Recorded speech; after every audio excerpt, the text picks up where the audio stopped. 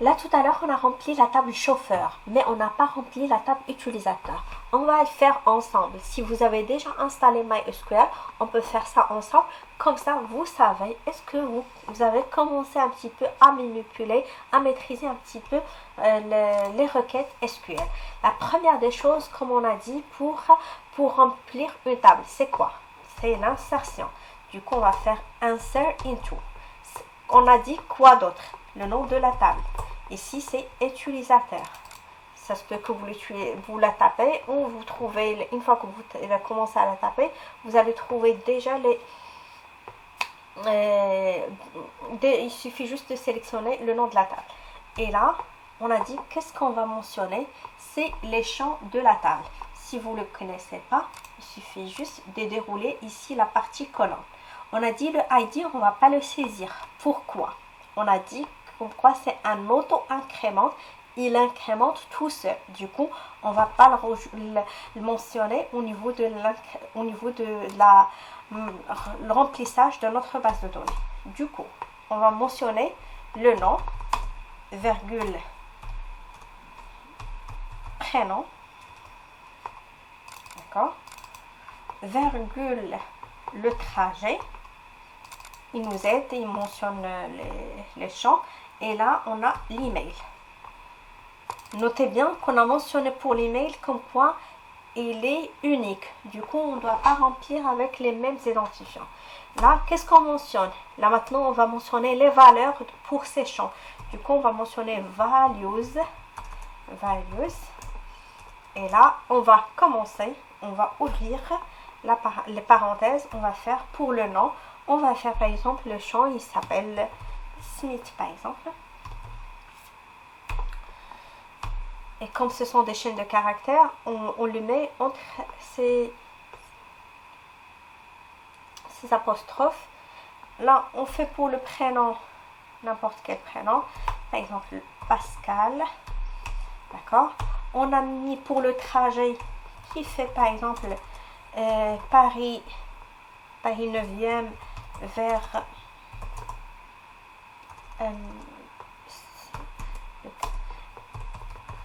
par exemple la défense, d'accord, et là je vais le clôturer avec ça, point virgule, et là c'est l'adresse mail. On va faire par exemple smith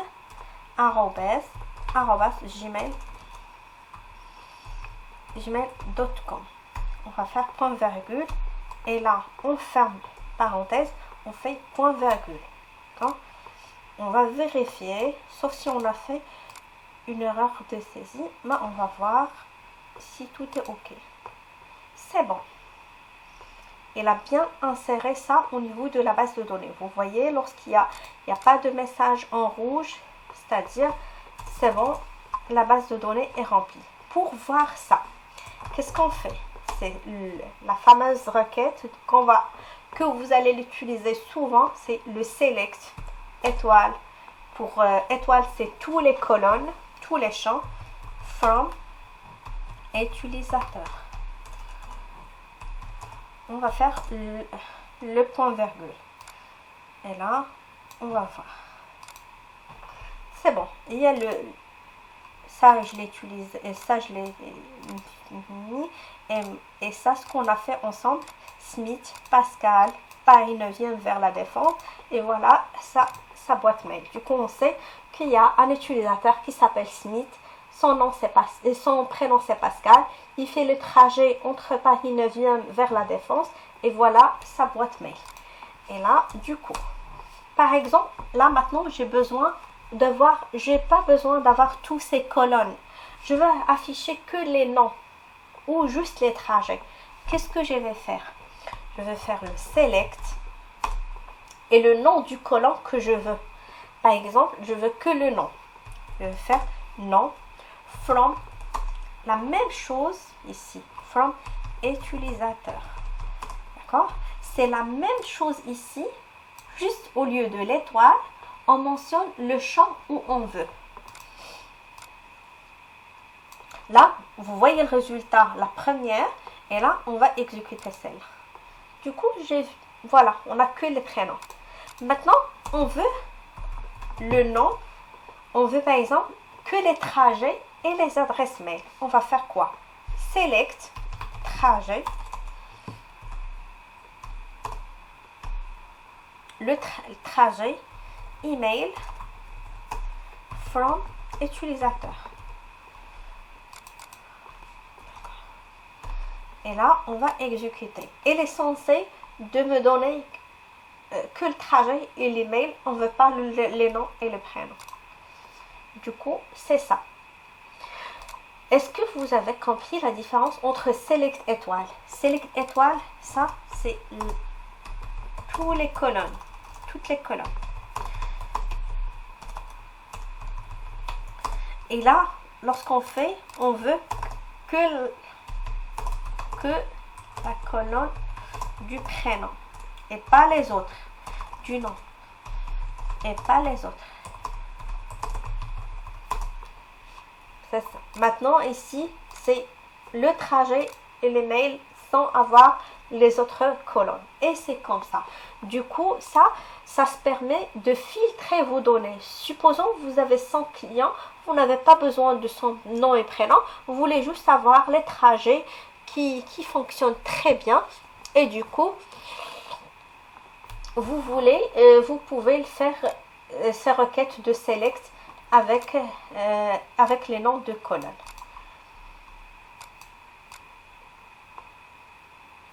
Là maintenant, on a fait la sélection. Là maintenant, on va faire...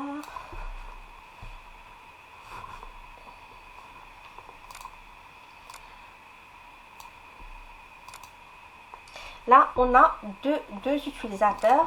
Ça se trouve qu'on va ajouter un autre. Je vais rajouter d'autres données.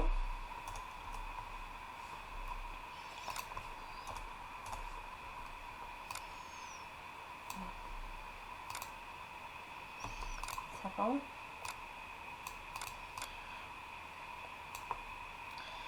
On va ajouter un troisième. C'est bon, là maintenant on a l'ID. Et là maintenant, on veut faire par exemple select étoile from utilisateur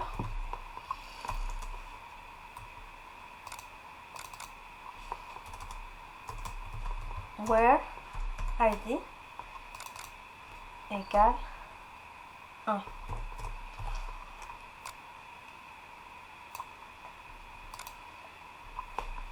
Là, au niveau de cette requête, on a fait le where.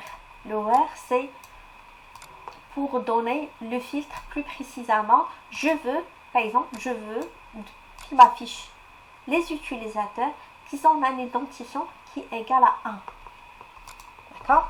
Ça, pour le voir plus précisément, je vais vous faire un autre exemple. On va garder comme quoi l'utilisateur qui a déjà le prénom Pascal, on va changer juste l'adresse mail comme quoi c'est unique. Et là, c'est bon. Je vais vérifier au niveau de la requête. C'est bon. On a 3 utilisateurs qui s'appellent Pascal. D'accord? Et on a un qui, son nom c'est TRS. Du coup, ici au niveau de where, je vais faire select. Pardon.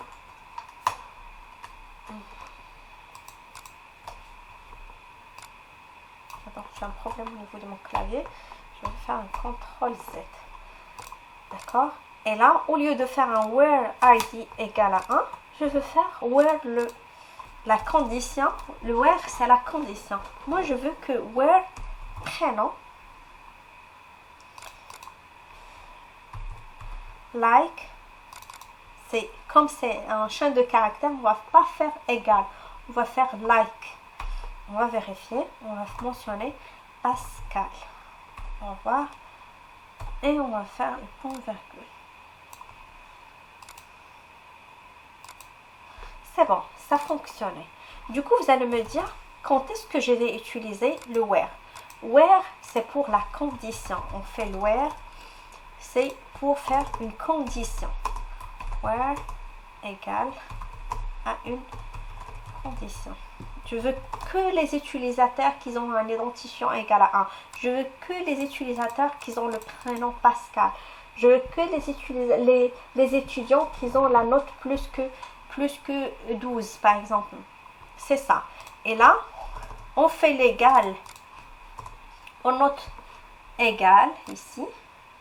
Lorsqu'on a un entier, un chiffre, et on mentionne like c'est en anglais, c'est égal, mais là on le met lorsqu'on a une chaîne de caractères, un nom, un prénom, une adresse mail, tout ça ce sont des chaînes de caractères. Du coup on va faire like et non pas égal. Si vous faites égal, vous aurez un message d'erreur.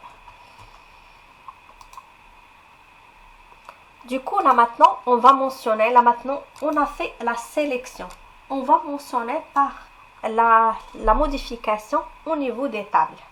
Et c'est ce qu'on va voir au niveau de la vidéo prochaine.